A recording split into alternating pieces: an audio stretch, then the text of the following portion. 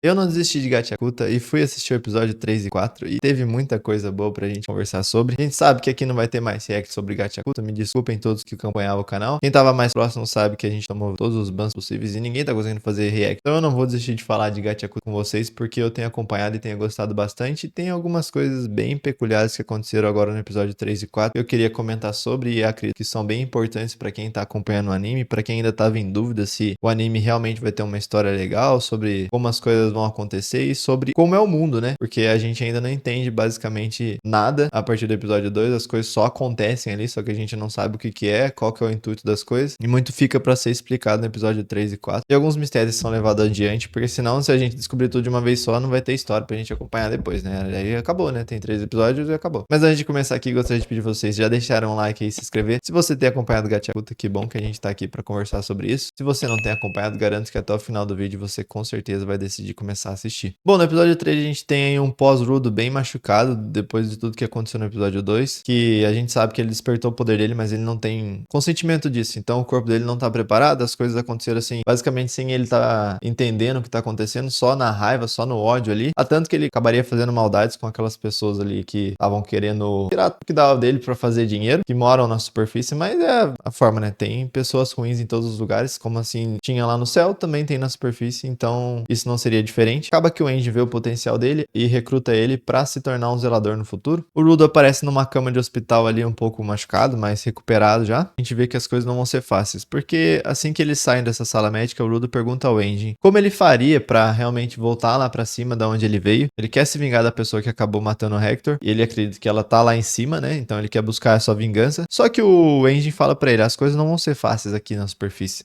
Não é como você imagina, que você simplesmente vai perguntar alguma coisa e a pessoa vai te responder. Vai ter que ter uma troca. Informações não são fáceis de ser adquiridas aqui. Então já tira o cavalinho da chuva aí que você não vai conseguir só porque você tá perguntando e ninguém vai sair respondendo pra você só porque você quer. Você vai ter que mostrar o seu valor, você vai ter que... Informações custam dinheiro, informações custam trabalho, enfim, você vai ter que merecer receber essa informação, mas de alguma maneira já mostra pra ele que não vai ser tão simples quanto ele imagina que seria. É só sair perguntando, me diz aí que eu vou embora. Não vai ter como. Após esse primeiro baque, a gente tem como se fosse uma explicação para nós, telespectadores, e também para o Rudo, sobre como é a superfície e o que tudo o que aconteceu ali no episódio 2, que não havia explicação, né? A gente só entendia, tava assistindo e tava absorvendo ali da forma que dava, mas não sabia a explicação exata. O Andy explica para ele que as coisas ali na superfície, elas acumulam ânima. E esse ânima pode ser, acredito, positivo e negativo, que é o caso do lixo. Toda a superfície lá recebe dos céus, enfim, cai lá de cima de toda aquela população que mora lá nos céus, cai aquele lixo lá que tem os piores sentimentos. Então aquilo começa a se acumular e cria o ânima. E o ânima se transforma e acumula ali naquele todo aquele lixo. E aí que vem aquelas feras, que eles chamam de feras maculadas. São todos aqueles bichos que o Andy luta no segundo episódio ali, que ele acaba destruindo. Só que o Rudo não consegue destruir. Você pode ver que o Rudo, ele pega ali até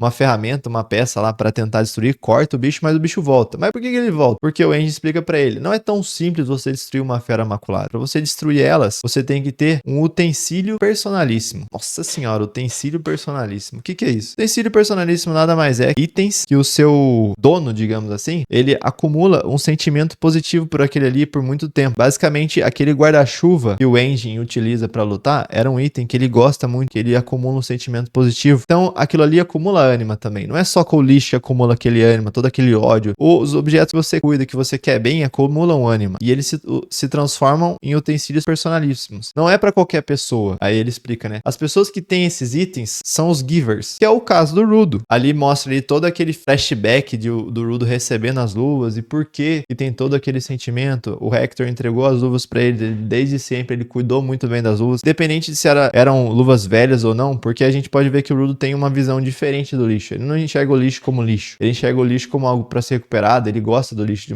de uma certa forma ele gosta. É uma luva que ele acabou ganhando na infância dele, sempre cuidou. Então, durante anos e anos, ele foi acumulando aquele ânimo ali na luva. Isso se transforma no utensílio personalíssimo dele. É por por isso que ele conseguiu ativar toda aquela habilidade quando ele tava lutando contra aqueles bandidos lá. E ele conseguiu utilizar os objetos como itens poderosos e todo aquele poder. Então não é tão simples assim. Pra você ter um giver, você tem que ter uma pessoa capaz de ter um sentimento muito grande por um item em específico, guardar aquele sentimento por anos e anos ali até se transformar no utensílio personalíssimo. E não é que o utensílio personalíssimo também vá valer pra todo mundo. Cada um tem o seu. Cada um tem o seu, porque é você que guarda todo aquele sentimento por aquele objeto. Tanto que a gente vai ver logo na cena seguinte, que após eles conversarem sobre isso, a gente ter essa breve explicação, acaba por um momento o Engin diz pra ele, vai comprar roupas novas, entrega um dinheiro pra ele, daí ele acredita, fala, nossa, fica muito feliz porque o Engin tá entregando um dinheiro pra ele. Esse dinheiro veio das roupas que o Engin tinha vendido, que era do Rudo, porque os itens do céu são muito raros, então pessoas pagam muito dinheiro. Todo aquele dinheiro, na verdade, era do Rudo. Ele vai ficar bravo pra brigar com o Engin e aparece um gato, rouba esse dinheiro, sai correndo pra um beco, o Rudo corre atrás dele pra pegar o dinheiro. Nesse meio tempo, enquanto ele tá correndo nesse beco, ele pega um item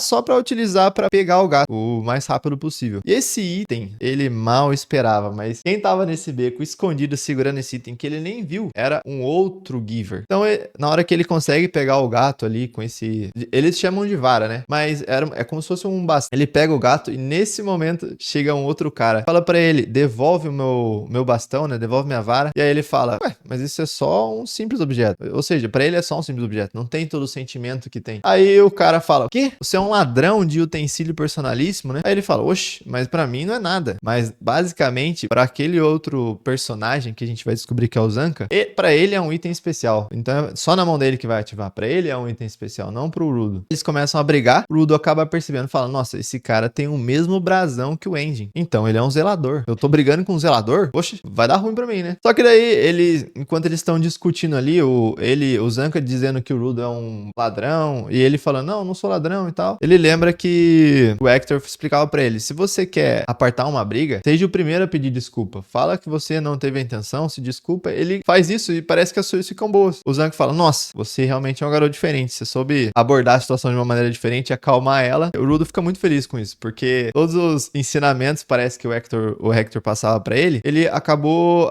ajudando ele. Então o Hector falava sempre pra ele também, sorria quando você conseguir fazer amizade e tal, você vai se enturmar melhor. E aí numa quebra de expectativa total, ele não consegue simplesmente fazer um sorriso, porque ele não tem essa de sentimentos e tudo mais, pra ele é muito difícil abordar isso. E tenta sorrir pro Zanka, só que é um sorriso extremamente absurdo. O Zanka olha pra ele, o Zanka julga ele como um maluco pelo sorriso que ele tá tentando fazer, porque basicamente ele não consegue sorrir. No mundo dele não tinha oportunidade pra isso. Nunca tinha feito. O primeiro sorriso dele foi extremamente absurdo. Ele tenta fazer um sorriso diferente, fica mais absurdo ainda. E eles voltam a brigar. E a partir disso é o momento que o Zanka mostra todo o poder dele, né? Começa a atacar o Rudo com o utensílio personalíssimo dele e ele se transforma. Não é um simples objeto quando ele utiliza. Assim como o guarda-chuva do Engin se transforma também, ficou maior, ficou mais forte, o objeto do Zanka também. E o Rudo, como ele sabe, começa a ficar nervoso e quando ele fica nervoso é a maneira que a gente tem no princípio aqui dele conseguir despertar o poder dele. Os dois começam uma luta, um embate ali. Lógico que o Zanka tem muito mais habilidade, é um zelador muito mais experiente que o Rudo. O Rudo nem se transformou em zelador ainda, na verdade, né? Sabe usar o poder, sabe o que ele tá fazendo. Ele sempre falava assim, Rudo, você é muito especial, o Engin me falou que você é muito especial. Mas se você só ser especial, mas não saber utilizar seu poder, você não vai vencer essa luta. Mesmo assim, o Rudo continua batalhando, só que chega um momento que a gente vive altos e baixos nesse anime. Momentos de tensão, momentos de muita risada, né? O Rudo começa a lutar, mas ele começa a lutar com o desentupidor. E o desentupidor todo sujo de cocô. Começa a jogar cocô pra todo lado. E assim que o Zanka percebe, ele começa a fugir. E ele começa a fugir do Rudo, que o Rudo tá jogando cocô pra todo lado. A luta dos dois termina com o Rudo conseguindo acertar o cocô nele. E esse é o primeiro momento que a gente tem de interação de um novo personagem. A gente aí acaba conhecendo um novo zelador. Os dois ali estão ali meio que cansados, caídos. Algumas lições foram passadas, né? A gente entende que um utensílio é importante pra uma pessoa, pra outra é só um simples objeto. Não roube um utensílio personalíssimo de outro zelador, que não vai adiantar de nada. No final do episódio, o Engin volta, encontra os dois jogados ali após a luta, né? Todos sujos de cocô. Coisa mais nojenta possível, né? Chega a ser muito engraçado, porque não é que o Rudo venceu a luta, né? É que ele venceu por jogar cocô no outro. E eles entram no carro pra partir em direção à sede dos zeladores. Papo vai, papo vem dentro desse carro. Eles acabam descobrindo que tinha uma outra zeladora dentro do carro, que eles não sabiam, mas estava lá no porta-mala, lá atrás, escondida. Aí nos apresentado mais uma zeladora, que é a Ryo. A gente ainda não vai saber nada dela nesse episódio, mas ela se apresenta ali uma garota bastante curiosa sobre o Udo, né? Até que ela começa a fazer carinho nos cabelos dele, porque ela o acha diferente, afinal ele veio lá dos céus. Ficou bem curiosa sobre como ele era, começa a fazer carinho nele. O Udo começa a ficar super envergonhado, porque ele nunca recebeu carinho de uma mulher, então, assim, é um momento bem engraçado pros dois, mas basicamente pro Udo totalmente diferente do que ele estava acostumado e pra ela super simples. Se tivesse acabado aqui, não saberíamos o que aconteceria, mas como eu tô atrasado, eu já assisti o 3 e o 4 de uma vez, então temos mais coisas pra abordar aqui. Logo no episódio 4, começo ali, a gente já tem a exibição de um novo personagem, a Semil, que é como se fosse uma recepcionista ali do quartel-general dos zeladores. Talvez ela seja a secretária do chefe, não sei, deu pra entender, assim, alguma coisa desse tipo também. Ela é uma garota em específico que ela tem um potencial de ver o potencial nas pessoas. O que que acontece? O utensílio personalíssimo dela é um óculos. E um óculos, quando ela ativa, ela consegue ver o potencial das pessoas, o que que se passa e tudo mais, e consegue ver coisas que pessoas normais não veriam. O engine pede pra ela fazer uma avaliação no Rudo pra ver qual que é o potencial dele, quais são os problemas, o que que ele tem que abordar ali pra melhorar. Afinal, ele vai começar a treinar agora, então tem muita coisa que ele tem que melhorar. Mas nessa cena a gente tem um mistériozinho. O que acontece? Quando ela vai fazer a avaliação do Rudo, ela basicamente toma um susto, que dá a entender que tem alguma coisa diferente com ele. Só que quando ela vai explicar, ela diz que simplesmente ele não tem poderes grandes, mas não sabe como controlar, não sabe como ativar, enfim. Ela fala coisas normais. Então dá a entender que alguma coisa muito grande ela acabou vendo nele e tá escondendo da gente. Ela não fala, simplesmente ela não fala, não é explicado. Todo mundo teve a mesma sensação. A gente sabe que alguma coisa ela tá escondendo e alguma coisa muito importante, porque pra reação dela ser como aquela, é sinal que ela, alguma coisa que ela viu em pessoas muito específicas ou alguma coisa que ela nunca viu. Acredito que prometa bastante e talvez esse seja o super trunfo, né? Porque a gente não pode entregar tudo assim nos primeiros episódios. Tem que ter aqueles mistérios pra gente continuar querendo assistir. Então esse é um dos grandes mistérios que a gente vai ter que ficar esperando pra saber o que ela viu. Após isso, tem uma leve apresentação do Rudo no quartel-general. Ele conhece o quartel-general todo. Acaba vendo que tem um monte de zelador ali no quartel-general. Ele ia se apresentar. Não, vai ser tranquilo ali. O Andy fala pra ele, só entrar nessa sala que a gente fala um oi pra algumas pessoas e depois acaba saindo. Ele abre a sala, tá lotada. A gente pode ver que tem um monte de zeladores ali dentro. Aí ele fala, não, melhor deixar pra outra hora, né? Acho que não foi o melhor momento. E eles partem pra sala do chefe. Chegando na sala do chefe, o Rudo já tava em mente ali que ele ia conseguir perguntar tudo que ele queria, né? De como voltar, enfim. Ele já tava eufórico, a gente não perdia por esperar. Porque assim que ele abre a sala do chefe, ele não encontra ninguém lá. Entendo que isso também é pra ter um mistério, né? É porque se o Rudo chegasse ali e já saísse perguntando as coisas, como as coisas aconteceriam, quem que é esse chefe, enfim. É muita coisa que a gente não pode ver agora, né? Pra dar aquele mistério, pra ter uma continuação na história, uma evolução, tem muita coisa pra acontecer. Não adianta, mesmo que o Rudo hoje conseguisse achar o caminho pra voltar lá pra cima e subisse lá, o que que ele vai fazer, né? Ele não tem conhecimento sobre os próprios poderes, não tem conhecimento sobre o que é aquilo lá embaixo, como ele mudaria isso, né? Porque ele não sabe se as pessoas lá de cima sabem das pessoas lá de baixo, se as pessoas lá de baixo conseguem ir lá pra cima e, enfim, quem comanda as coisas, não sabemos de nada. Então tem muita coisa que ele teria que saber antes de acabar voltando lá pra cima, quem sabe se vingar da pessoa que realmente acabou matando o pai dele, que é o Hector. E se explica que esse general aí, ele saiu numa missão, então ele saiu pra fazer uma coisa muito importante e ele não dá a mínima, né? Então ele não tá nem aí se a galera tá ali esperando por ele ou não, ele não tem tempo pra voltar, é isso que eles passam pra gente, que ele vai ficar o tempo grande fora. E esse com certeza vai ter o tempo necessário para o Udo começar a treinar e aprender muito mais. Enquanto isso, ele não consegue se transformar num zelador, porque o chefe não tá lá para promovê-lo. Ele vai se tornar um trainee de zelador. E com quem que ele fica? Com a Ryo. Logo a garota que se interessou no cabelo dele, que ele ficou todo animadinho por ela, enfim. É com ela mesmo que ele vai se aproximar lá e com quem ele vai treinar. A gente tem uma breve explicação de como as coisas são ali. A gente vê que o mapa da superfície, temos locais que são bem especificamente de lixo, de monstros, que é como o lugar que o Rudo caiu, né? A gente viu lá que o Engine estava lá num local que não deveria estar, mas ele gosta de ficar lá porque, enfim, tava lá. E tem lugares que são onde o povo consegue circular ali, que são os ambientes que ainda não são totalmente controlados pelo Anima, que são ambientes muito ruins. E tem as cidades, que são cercadas e protegidas. Ali a gente consegue ver que tem um ataque que tá acontecendo em uma cidade. É uma missão que eles têm para destruir uma fera maculada que tá causando problemas. Após toda essa explicação, a gente vai ter a cena de combate, onde a Ryo vai levar o Rudo e mais 2 assistentes que a gente não sabia, mas tem assistentes de Givers e de zeladores no geral, né? Esses assistentes são pessoas que não têm o poder de um Giver, mas querem ajudar e que tem sim alguma coisa diferente ali. A gente pode ver que desses assistentes tem uma força absurda na mão, mas o cara tipo, é muito forte na mão. Ele até consegue destruir ali, a gente vai ver depois, esses feras maculadas, imobilizá-las até, de tão forte que ele é, mas ele não consegue matar, porque a gente sabe que para destruir uma fera maculada a gente precisa de um utensílio personalíssimo. Então eles são assistentes da Ryo e o Rudo vai entrar aí pra ter uma iniciação numa missão tranquila, assim, né? A gente sabe que ela tem toda a capacidade de fazer a missão sozinha, então ela só o leva lá pra conhecer um pouco de como as coisas são. A gente pode ver que tem diferentes níveis de bestas. Ali, logo que eles saem, é apresentada uma besta aparentemente bem fraca. Ela não tem tamanho, como se fosse uma besta pequenininha, ela tem um formato de um cervo ali, um boi, enfim. Ela tem força fraca, ela é pequena. Depois a gente consegue ver que tem feras medianas, porque aí sim vem alguns touros maiores que conseguem causar danos ali onde eles tinham uma barricada. As pequenas não conseguiam nem machucar ela. Os maiores já conseguem começar a querer derrubar a barricada. E por fim aparece uma fera maculada gigantesca.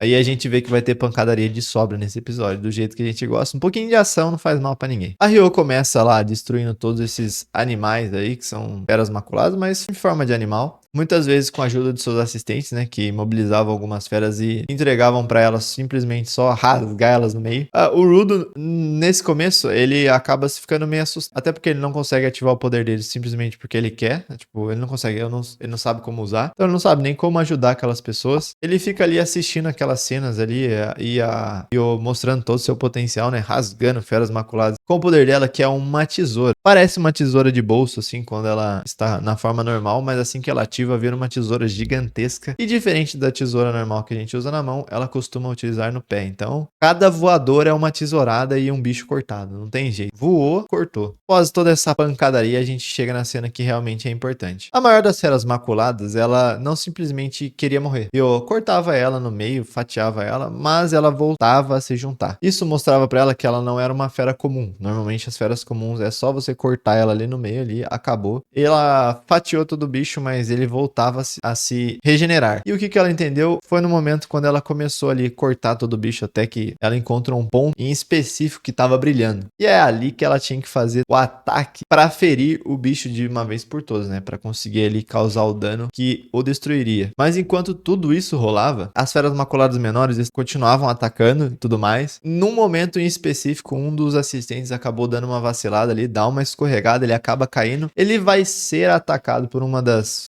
feras medianas, só que o Rudo, aí sim ele consegue ativar o poder dele. Ele pega um bastão para utilizar como defesa, e o que eu entendo, que nos momentos onde o Rudo ativa muito a emoção dele ali na vontade, ele consegue ativar o poder dele, e ele ativa e faz uma barreira que prende esse bicho para não machucar o assistente que estava caído, porque num simples momento de vacilo ele ia acabar sofrendo um golpe que poderia ser fatal ali. Mas o Rudo estava lá para mostrar pra gente que sim, apesar dele estar muito tenso, nervoso, não saber o que tá acontecendo, de alguma maneira ele despertou o poder dele ali com o sentimento e a vontade de protegê-lo. Não hesitou, foi lá e defendeu esse amigo. A Ryo chega para acabar destruindo essa fera de uma vez por todas, porque o Rudo, ele começa a ficar tenso de novo e o poder dele volta a cair. Só naquele momento de emoção ali, explosão que ele consegue ativar. Ele acalmou de novo, todo o poder dele baixa, toda essa barreira começa a cair, mas a Ryo chega e destrói a fera maculada de uma vez por todas. Por fim, ela vai dar aquele último golpe na maior das feras, sendo um golpe bem no núcleo para conseguir destruir de uma vez por todas essa fera. E o que ela encontra no núcleo dessa fera maculada, que é uma coisa que a gente vai ter que discutir sobre isso, porque ela acaba encontrando um utensílio personalíssimo no núcleo dessa fera maculada. O que isso significa? Que essa fera maculada acabou absorvendo esse utensílio personalíssimo? Alguém colocou aquilo lá para ela ficar mais forte? Acho que é mais alguém querendo fazer alguma maldade, querendo colocar poderes nas feras maculadas e tá pegando os utensílios personalíssimos para potencializar o poder delas. Porque ficou muito mais difícil para ela acabar destruindo ele. Por fim, ela acaba encontrando o núcleo, mas não foi uma luta tão simples, já era para ter acabado muito antes, muitas coisas aí. O assistente dela não estaria sofrendo se isso tivesse acontecido, né? Na primeira vez que ela vai fatiar o bicho, ele já tivesse tivesse caído. Então, algumas coisas saíram do controle e fica pra nós esse mistério. O que será que tá acontecendo nesse mundo? Por que esse utensílio personalíssimo tava nessa fera maculada? E aí a gente tem a última cena pra ficar todo suspense no ar, que é uma cena onde um daqueles homens que atacou o Rudo, né, até um dos que mais falavam, né, um dos que mais demonstrou ódio por todos os seres do céu, ele se pergunta, onde que eu tô? Ele acorda numa sala todo assustado, né, onde que eu tô? Eu tava lutando com um daqueles celestiais e tudo mais. Um homem que estava sentado à frente dele num sofá, um homem virado de costa, todo misterioso, vira e pergunta pra ele, então aonde tá esse celestial? Aparentemente é um cara que deve ter uma influência, um poder, mas não explica pra gente. Mas ele está atrás do Rudo, ele quer esse celestial. E quem que é esse cara? Será que ele tá envolvido também com essas bestas aí, com esses utensílios personalíssimos nas feras maculadas? Não dá pra saber. Então é isso, galera. Espero que vocês tenham gostado. Esses foram os últimos 2 episódios que a gente acompanhou, que tem pra gente acompanhar por enquanto. Me diz aí o que vocês entenderam e quais são os mistérios que vocês estão curiosos pra desvendar sobre o mundo de Gachakuta, porque simplesmente eu tenho me fascinado por essa história, tenho gostado muito de acompanhar, então não perco nenhum episódio a partir de hoje. E pra você que tava na dúvida, eu te aconselho a acompanhar sim, é uma história muito boa. Tem entregado as doses necessárias de ação, humor e mistério pra gente conseguir ficar querendo acompanhar o próximo episódio. Traz isso numa pitada boa, garanto pra vocês que vocês não vão se arrepender. Comenta aí o que vocês acharam desses episódios, quais são os mistérios que vocês querem que a gente pode discutir, que quem sabe a gente tem algumas respostas, e se alguma coisa que eu perdi aí também que vocês acabaram notando que eu talvez não tenha entendido. Beleza? Então se vocês puderem deixar um like e se inscrever no canal, não esquece de comentar o que vocês acharam desses episódios e o que vocês acham desses utensílios personalíssimos encontrados nas feras maculadas. Me diz aí, qual que é a resposta para esse mistério? Beleza? Tamo junto e até a próxima. Valeu!